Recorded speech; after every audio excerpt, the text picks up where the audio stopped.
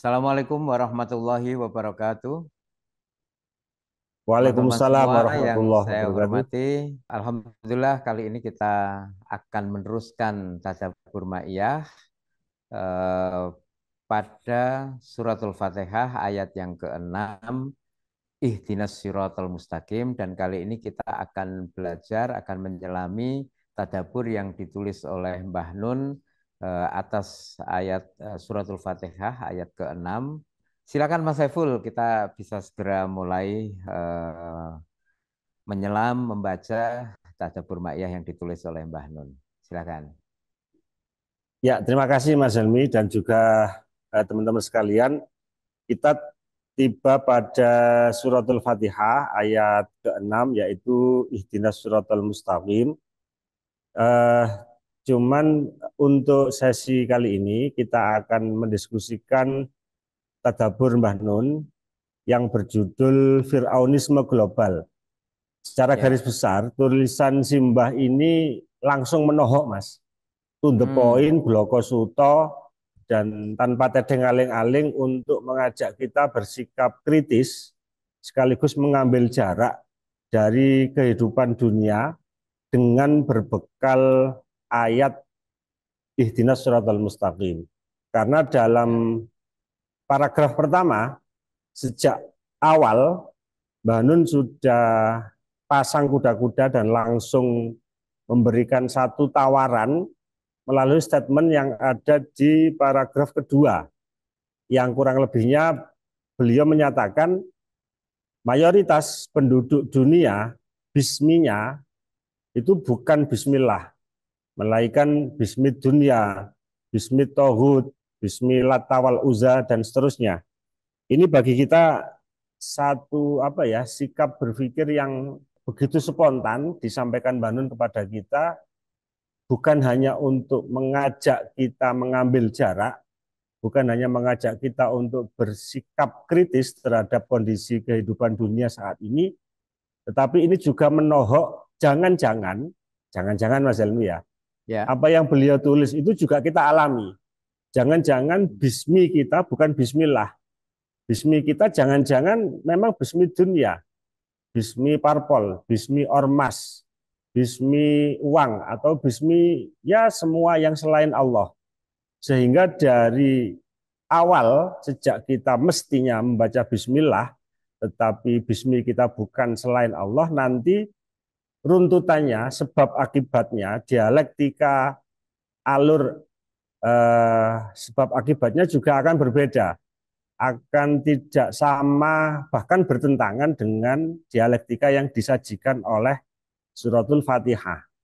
Nah, dalam tulisan berjudul Fir'aunisme Global ini, Mbak Nun justru menampilkan, menyajikan kepada kita satu dialektika yang benar-benar berbeda, tidak sebagaimana lazimnya seseorang melakukan tadabbur, tetapi langsung mengajak kita untuk bersikap kontradiktif dengan kehidupan dunia yang saat ini, di mana beliau tidak mengajak kita untuk merenung lagi, tetapi benar-benar mengajak kita untuk bersikap kritis, mengambil jarak dari kehidupan dunia, atau malah jangan-jangan apa yang disampaikan beliau itu juga sedang kita alami, yakni kita Hmm. tidak melakukan atau tidak meneguhkan bismillah, tetapi justru malah yaitu tadi bismi dunia, bismi tohud, bismi kepentingan, bismi kekuasaan, dan seterusnya. Ini menarik Mas Helmi dan patut Ya. untuk kita dalami karena kita memang benar-benar sedang berada dalam atmosfer Fir'aunisme global. Jadi bukan sekadar Fir'aun sebagai tokoh antagonis yang ada dalam Al-Quran, tetapi ini sudah menjadi isme, sudah menjadi Hmm. paham, sudah menjadi panduan, sudah menjadi pegangan yang nyaris sudah mendarah daging dalam diri eh, peradaban saat ini, di mana tidak setiap orang memiliki kesadaran untuk bisa mengambil jarak dari Fir'aunisme global ini. Sementara itu Hmm. dulu Mas Helmi, monggo. Baik, Mas Saiful, terima kasih. Saat Mbah Nun memberikan judul Fir'aunisme Global, dan tadi seperti Mas Saiful katakan di paragraf pertama saja, Mbah Nun itu sudah sangat menohok. Ini membuat saya ingat bahwa apa yang disampaikan Mbah Nun ini, sebagaimana mungkin juga disampaikan dalam banyak kesempatan lain, itu Mbah Nun konsisten untuk menyodorkan cara pandang terhadap dunia yang sifatnya itu kritikal, bersifat sangat kritis, karena memang dalam perspektif ini dunia kita lihat ada kekuatan dominan adik kuasa yang ingin mengendalikan dunia. Ini pun menurut saya juga bukan hanya khas Mbah Nun. Sejumlah intelektual saya kira juga punya pandangan yang kurang lebih sama. Yang paling legend menurut saya misalnya bagaimana kritisisme dalam tulisan-tulisan Noam Chomsky misalnya. Itu kan kita diajak melihat bagaimana dunia itu dikendalikan dalam pendekatan seperti yang disampaikan oleh Mbah Nun di situ, sikap arogansi, hegemoni global, dan lain sebagainya. Juga bisa kita lihat misalnya dalam karya legendaris Edward Said yang juga sangat kritikal terhadap geopolitik di dunia. Nah, barangkali Mas Saiful bisa menambahkan sedikit gambaran tentang kondisi global yang syarat akan isme Fir'aunisme tadi itu yang berlaku, yang mungkin bahkan bisa sampai pada tingkat pelosok-pelosok desa, pelosok-pelosok kota dan lain sebagainya. Mungkin Mas Saiful bisa memberikan contoh di situ sehingga kita paham betul bahwa apa yang dilakukan oleh Mbak Nun ini memang betul-betul urgen gitu. Iya, kita bisa memahami apa yang ditulis Mbah Nun sebagai satu sikap kritisisme terhadap kehidupan saat ini, terutama yang lebih luas lagi dalam situasi peradaban global yang menurut beliau itu masuk dalam satu genggaman Fir'aunisme. Sesungguhnya tidak sulit-sulit amat, Mas, karena kita bisa mendeteksi, bisa apa ya, melakukan kajian yang sederhana saja. Misalnya dilihat dari bagaimana cara kita berpikir dalam menjalani kehidupan sehari-hari. Ya, Kita kan ini sepertinya kita tidak pernah memiliki kesadaran atau mungkin jarang ya, jarang memiliki kesadaran misalnya untuk selalu melibatkan Allah dalam satu aktivitas.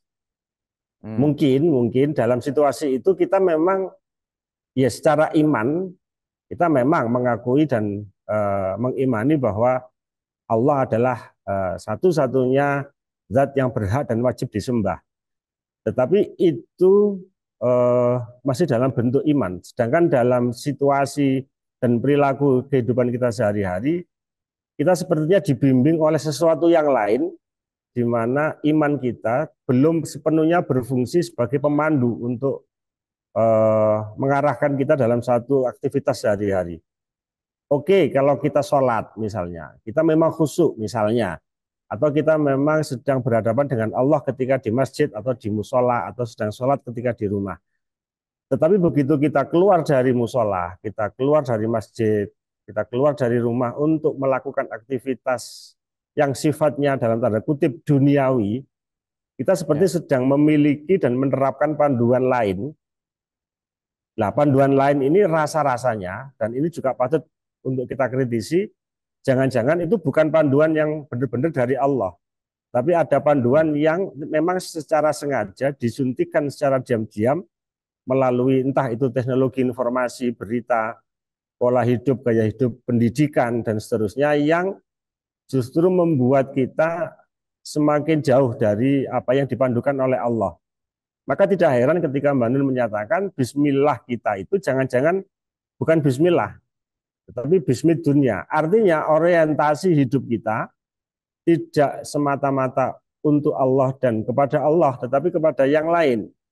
Sesuai dengan apa yang menjadi egoisme kepentingan kita masing-masing. Kalau kita sedang dilanda egoisme untuk menguasai harta benda, maka bismi kita adalah bismi harta benda. Kalau egoisme kita dituntun oleh ambisi untuk meraih kekuasaan, maka bismi kita adalah bismi kekuasaan.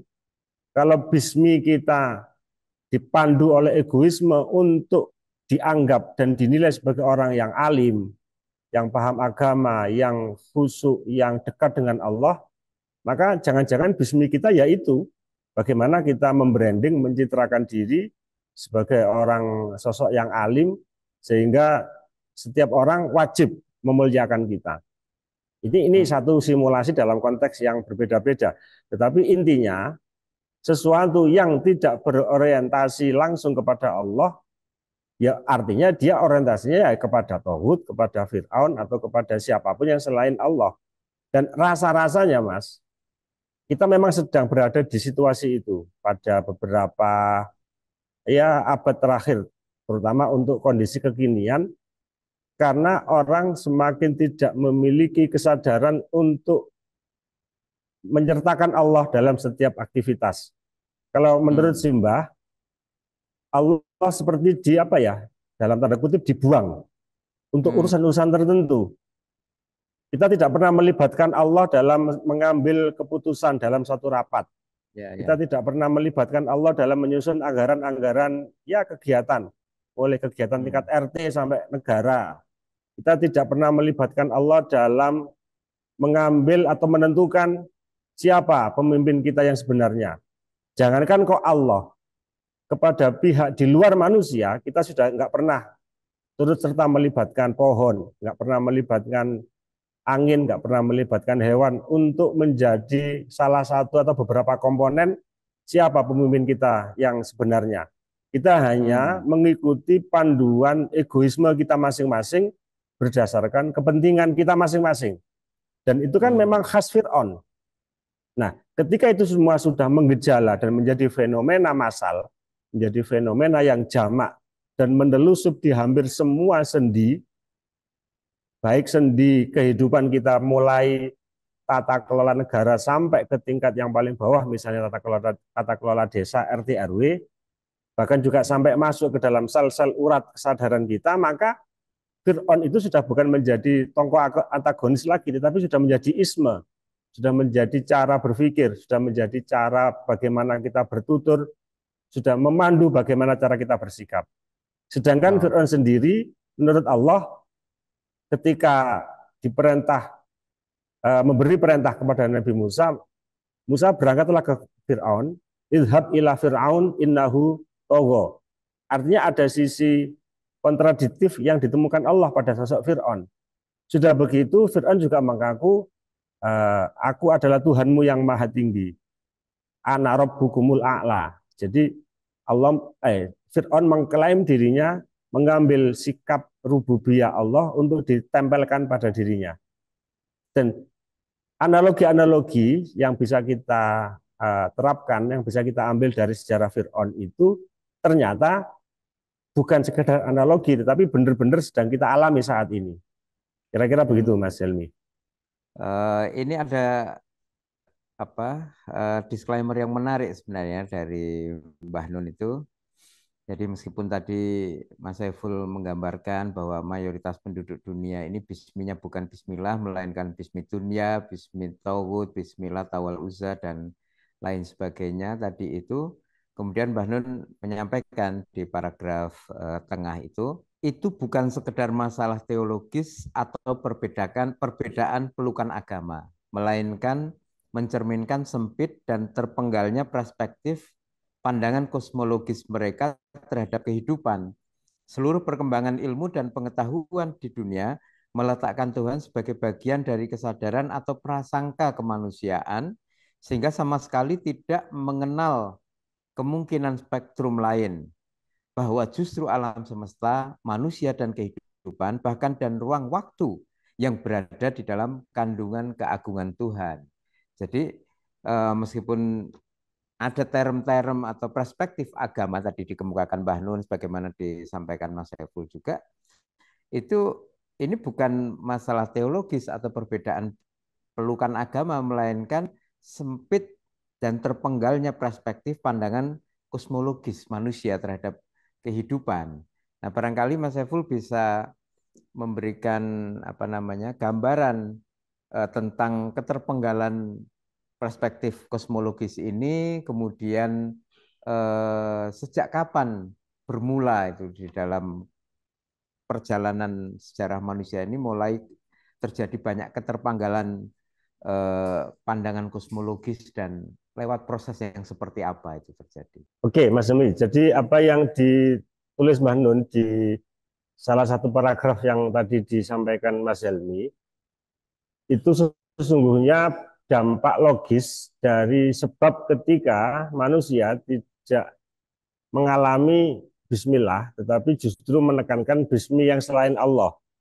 Maka keterpenggalan itu menjadi sesuatu yang bisa dipahami dalam konteks yang disampaikan Mbah Nun, ya karena memang manusia sejak awal eh, produk cara berpikirnya memang sebagaimana yang disinggung di paragraf awal tadi tidak dengan bismillah, artinya bismillah tidak dengan bismillah. Nah, bagaimana itu bisa terjadi? Karena dari sudut pandang perspektif kosmologis manusia saat ini, Allah itu diletakkan sebagai satu pihak, sedangkan manusia dengan segala ciptaan dan kreasi teknologinya itu di pihak yang lain. Jadi Allah diletakkan sebagai pihak yang berbeda dalam diri manusia, dalam cara berpikir manusia, sebagaimana alam semesta ini juga dianggap dan diletakkan sebagai satu pihak yang berbeda dengan manusia. Sehingga manusia menjadi pusat dari semua kehendaknya, dan dialah yang akan menentukan pihak-pihak yang berada di luar dirinya itu akan dia perlakukan sebagai apa dan seperti apa.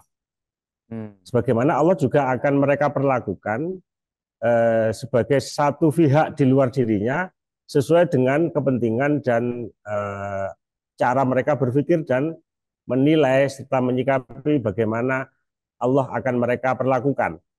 Nah, ini kan satu pikiran yang memang bukan hanya terpenggal, Mas, tetapi apa ya, ada sebut saja misalnya kesalahan teologis atau kesalahan kosmologis yang memang sejak awal dialami manusia. Sejak kapan itu terjadi? Ketika manusia menganggap dirinya adalah pusat atau subjek utama dari kehidupan. Sehingga dia bebas berkehendak apa saja dan bebas memperlakukan apa saja, termasuk juga memperlakukan Tuhan sesuai dengan cara dia berpikir. Yang kedua, sejak materialisme menguasai kehidupan manusia, maka manusia tidak pernah bisa beranjak untuk tidak berpikir secara materi.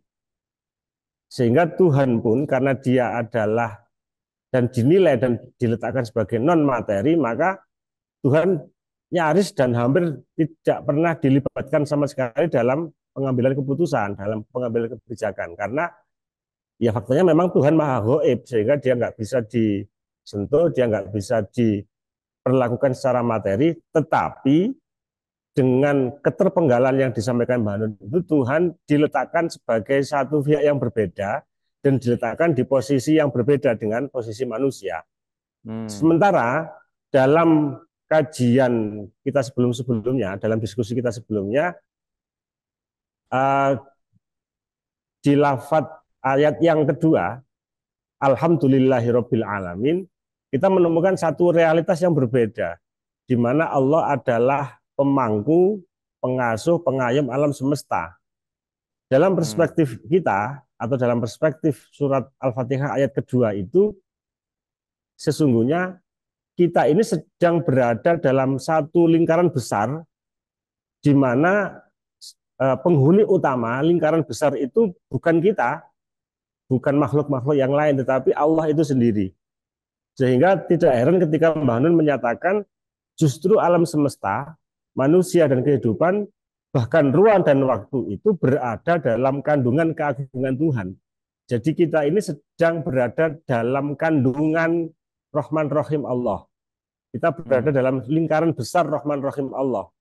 Sehingga dalam beberapa kesempatan dan atau juga dalam satu hadis yang lain ya, Rasulullah pernah menyampaikan hadis qudsi kalau tidak salah, jika ada seorang hambaku yang tidak ridho dengan qadha qadarku, dengan semua ketetapanku, maka silakan pergi mencari Tuhan selain aku. Kemudian Simbah menegaskan, nah, terus kita akan pergi kemana? Kita akan lari kemana? Kita akan ngungsi ke galaksi sebelah mana? di sana juga akan ketemu Allah karena semua dimensi alam semesta ini ada dalam kandungan keagungan Rahman Rahim Allah.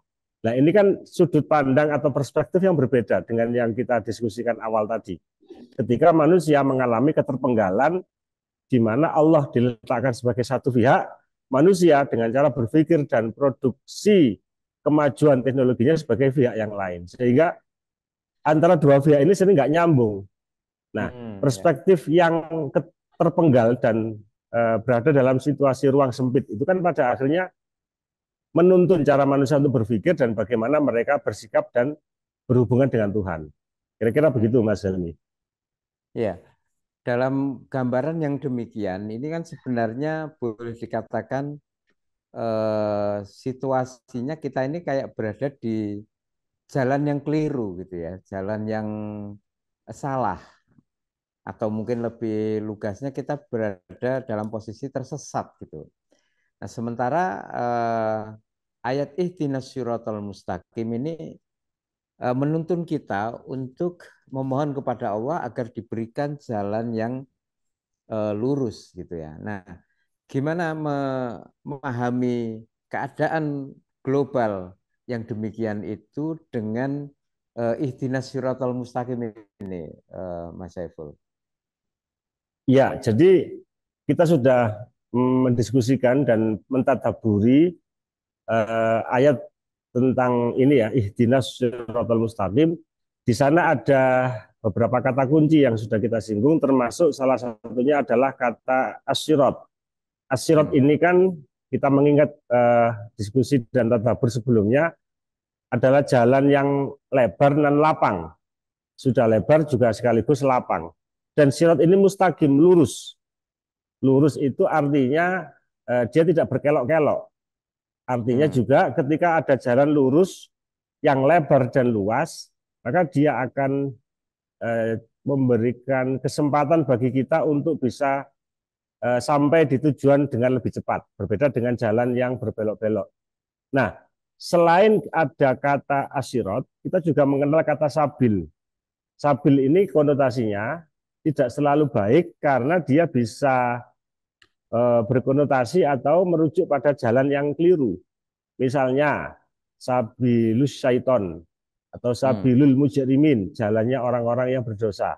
Tetapi di sisi lain Allah juga menggunakan sabil ini untuk menunjuk jalan kebaikan. Misalnya sabilillah, ud'u ila rabbika, ud'u ila rabbika bil hikmati wal mau'izatil hasanah. Misalnya begitu. Ada sabil Tuhanmu, sabil rabbika. Artinya ada juga jalan yang menuju dan mengajak kembali kepada Allah. Hmm. Nah, ini sekali lagi Mas, jangan-jangan Fir'aunisme global itu justru menyeret kita tidak berada dalam asyirat al-mustaqim, tetapi masuk ke dalam sabil-sabil tadi itu, Hmm. jalan-jalan tikus, jalan kecil, jalan yang berkelok-kelok, yang seolah-olah indah, seolah-olah canggih, seolah-olah akan segera membawa kita menuju ke tujuan. Tapi sebenarnya justru malah apa ya, membuat kita bingung sendiri. Ini arahnya kemana ya? Sementara Hmm. Allah sudah menyediakan satu jalan besar yang namanya asyirat al-mustaqim, ibarat jalan tol. Kita sudah benar-benar berada di jalan tol, tetapi nyatanya terlempar oleh Fir'aunisme global ini masuk ke dalam sabil dengan bermacam-macam bentuk iming-iming dan keindahan. Padahal dia eh, justru malah tidak membawa kita berada di bawah atau berada dalam posisi di asyirat al-mustaqim, tetapi malah ngiming-ngiming kita seolah-olah ini jalan yang paling baik, jalan yang paling canggih, jalan yang paling benar. Sementara kita justru dilemparkan keluar dari jalur yang sesungguhnya, yaitu asyirat al-mustaqim. Hmm. Nah, eh, konotasi ini kan bisa bisa apa ya? Bisa membuat kita untuk lebih waspada dan sekaligus menjadi alasan bagi kita untuk tidak berdoa kepada Allah, untuk tidak meninggalkan doa kepada Allah, maaf, sehingga ucapan doa ihdinas siratal mustaqim itu relevan bagi siapa saja dan relevan untuk dibaca kapan saja dan di mana saja. Karena Hmm. Yaitu tadi Mas, kita sangat memiliki kesempatan untuk terlempar keluar dari jalan tol Shiratal Al-Mustaqim menuju ke sabil Fir'aunisme global. Kira-kira begitu Mas Helmi. Iya, saya tergelitik sebenarnya Mas Saiful untuk bertanya secara lebih menukik gitu ya. Dalam keadaan situasi global yang tadi digambarkan sebagai didominasi oleh keterpenggalan kosmologis, oleh egosentrisme, oleh hegemoni yang sedemikian mencengkeram, yang menyebabkan kita itu terpelanting ke sabil-sabil yang tadi digambarkan Mas Saiful itu, eh, seberapa mungkin dan barangkali realistis kita membayangkan bahwa peradaban itu bisa apa lurus kembali gitu kira-kira Mas Saiful. Meskipun di dalam kalimat Mbah Nun di paragraf sebelum yang terakhir beliau menggambarkan seperti ini. Padahal tidak mungkin makhluk apapun memohon kepada manusia ihdinas siratal mustaqim. Peradaban abad ke-21 dengan segala kemewahan dan kecanggihannya tidak merupakan tanazul dari siratal ladzina an'amta alaihim. Justru penduduk bumi terbagi menjadi dua golongan. Yang pertama al-maghdub, kedua ad-dallin, yaitu golongan yang mau tapi tidak tahu, kemudian serta golongan yang tahu tapi tidak mau. Jadi ini penggambaran Mbah Nun alih-alih ihdinas siratal mustaqim, alih-alih ke dalam siratal mustaqim. Yang terjadi itu malah malah apa namanya ke al-maghdub ke ad-dhalin yang justru hendak dihindari dengan ihdinas siratal mustaqim itu. Nah, dalam perspektif atau tinjauan hal ini gimana kita tuh membayangkan ke depan itu Mas Saiful?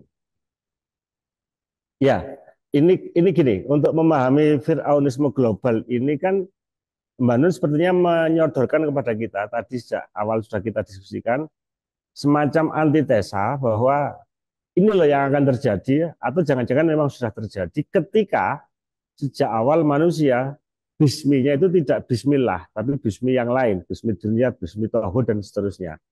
Sehingga secara amat logis pula, Mbak Nun kemudian meruntut dan membawa kita pada alur antitesis yang justru faktanya itu menampilkan dan menawarkan fakta yang berkebalikan dengan apa yang disampaikan di suratul Fatihah. Jadi tadabbur Mbah Nun untuk kali ini justru tidak apa ya, tidak mengetengahkan hal-hal yang bersifat ideal, romantis dengan harapan-harapan sebagaimana yang sering disampaikan oleh ulama dan kiai, tetapi justru membawa kita untuk berpikir secara antitesis bahwa jika kita tidak bismillahnya itu tidak dengan menggunakan Allah atau dengan cara yang lain, bisa bismi dunia, bismi yang lain, maka kita akan mengalami hal yang seperti ini. Sehingga puncaknya sebagaimana yang tadi disampaikan Mas Helmi, tanazul peradaban manusia itu justru membagi manusia menjadi dua golongan, yaitu al-maghdub dan ad-dallin. Loh, itu kan konsekuensi dari antitesis yang berkebalikan dengan kenyataan yang kita mohonkan dan kita harapkan dengan bacaan-bacaan suratul Fatihah yang kita jadikan pegangan dalam kehidupan sehari-hari.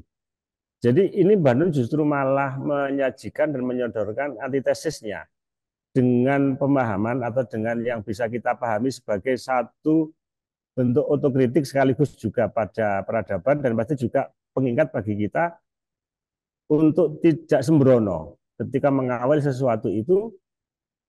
Bismillah ya harus bismillah supaya tidak terjadi sebagaimana yang beliau sampaikan sebagai antitesis dari kehidupan yang sekarang ini. Nah, sejauh mana harapan dan optimisme kita untuk tidak mengalami apa yang sudah disampaikan Mbah Nun, atau malah jangan-jangan kita sedang berada dan sedang mengalami apa yang disampaikan Mbah Nun, ya sekali lagi kita tetap perlu waspada dalam konteks pengertian waspada sebagai takwa. Dan yang kedua, ya kita kan punya Al-Fatihah, kita pasti punya ihdinas siratal mustaqim, kita punya siratal ladzina an'amta alaihim dan seterusnya itu untuk kita jadikan pusaka, ya minimal untuk diri kita lah, supaya kita tidak terlalu masuk ke dalam sabil-sabil yang lebih rumit yang ditawarkan oleh Fir'aunisme global. Tetapi justru dengan Al-Fatihah ini kita dituntun oleh Allah dari sabil yang ruwet-ruwet tadi itu untuk masuk kembali kepada jalan lurus atau asyirat al-mustaqim tadi itu. Jadi sekali lagi tadabbur yang disampaikan Mbak Nun ini memang menarik Mas, karena justru menyodorkan fakta yang membuat kita miris, karena beliau menyajikannya itu sejak dari awal konteksnya sudah diawali mayoritas penduduk dunia bisminya bukan bismillah. Saya pikir konteks itu juga harus kita pegang dengan konsekuensi runtutan sebagaimana yang disampaikan Mas Helmi tadi di akhir paragraf tentang al-maghdubi dan al-dhalin. Pertanyaannya, apakah kita akan membuktikan antitesis Mbah Nun ataukah kita berupaya untuk itu semua tidak terbukti sebagai Ya, upaya kita untuk terus-menerus menginternalisasikan Al-Fatihah dalam diri dan kehidupan kita masing-masing. itu yang saya Mengatakan Mas ingin Helmi. tanyakan lebih jauh, Mas Saiful. Jadi, lantas bagaimana kita sebagai pribadi, kemudian yang kedua sebagai umat Islam, dan yang ketiga sebagai umat manusia pada keseluruhannya, sebagai bagian dari warga bumi, warga dunia, kita bisa tidak tidak terlampau hanyut gitu, tidak terlampau kentir di dalam arus besar Fir'aunisme global ini. Secara pribadi, secara individual kita tentu wajib berupaya untuk tidak kintir dengan syarat kita sadar kondisi, kita sadar situasi, kita sadar ruang dan waktu di mana kita berada dan bagaimana atmosfer yang mengelilingi kehidupan kita. Artinya kan kita perlu membangun kesadaran. Kalau kita nggak sadar, diberitahu model piye ya pancet. Wong jenenge nggak sadar. Nah, upaya penyadaran itulah yang dilakukan oleh Mbak Nun melalui sinau bareng di Majelis Ilmu Ma'iyah, supaya kita bukan hanya sadar, tetapi juga memiliki kewaspadaan. Sadar nih gak waspada kan ya terus iku Mas. Ya pancet mana, isok kintir mana. Nah, upaya itu bisa kita selenggarakan baik secara individual maupun komunal, supaya kita memiliki kesadaran itu tidak semata-mata sebagai pribadi, tetapi juga kita sadar sebagai satu komunitas, satu kebersamaan. Maka yang diupayakan dalam Ma'iyah adalah sinau bareng, berjamaah, guyub rukun, supaya kita bisa saling menguatkan. Adapun nanti hasilnya akan seperti apa, endingnya akan bagaimana, finalnya akan menghasilkan apa ya, wallahu alam, kita nggak akan tahu, karena di akhir proses itu sebenarnya Allah sendiri yang akan menentukan. Nah, upaya kita yang bisa kita kerjakan adalah ya bersama-sama memproses diri, baik sebagai individu maupun sebagai bagian dari komunal. Misalnya sinau bareng di Jamaah Ma'iyah, untuk terus berupaya ya melangsungkan kehidupan seideal mungkin dan sesuai dengan kemampuan kita masing-masing, sesuai dengan kemampuan jamaah dan komunitas kita masing-masing. Sebab kalau tidak kita mulai dari diri kita sendiri dan tidak kita mulai dari komunitas jamaah dan lingkungan terdekat kita, rasanya kok ya memang berat, karena gelombang Fir'aunisme global itu kan begitu dahsyat. Dan yang membuat orang tidak tertarik itu rasanya kok nggak ada. Hampir semua aspek jalan-jalan sabil-sabil yang ditawarkan oleh Fir'aunisme global itu pasti menarik, karena penuh dengan rumbai-rumbai, penuh dengan hiasan, penuh dengan lampu, dan ya iming-iming yang membuat orang itu lalai untuk kembali menuju ke jalan yang lurus tadi, sehingga tidak terfikir lagi adanya Sirat al-Mustaqim karena sudah asik berada di lorong-lorong sabil Fir'aunisme global. Nah, kita dibangunkan kesadarannya oleh Simbah bahwa ini bukan jalan yang sebenarnya, jalan yang sesungguhnya yang harus kita lalui adalah As-Sirat al-Mustaqim. Maka kita mencoba untuk bersama-sama, berjamaah, melalui kesadaran individual maupun komunal untuk berbondong-bondong kembali menuju ke As-Sirat al-Mustaqim tadi itu. Mengatakan Mas Helmi. Oke, terima kasih banyak Mas Saiful. Saya kira cukup terang apa yang disampaikan Mas Saiful. Terima kasih Mas Saiful. Assalamualaikum warahmatullahi wabarakatuh. Waalaikumsalam warahmatullahi wabarakatuh.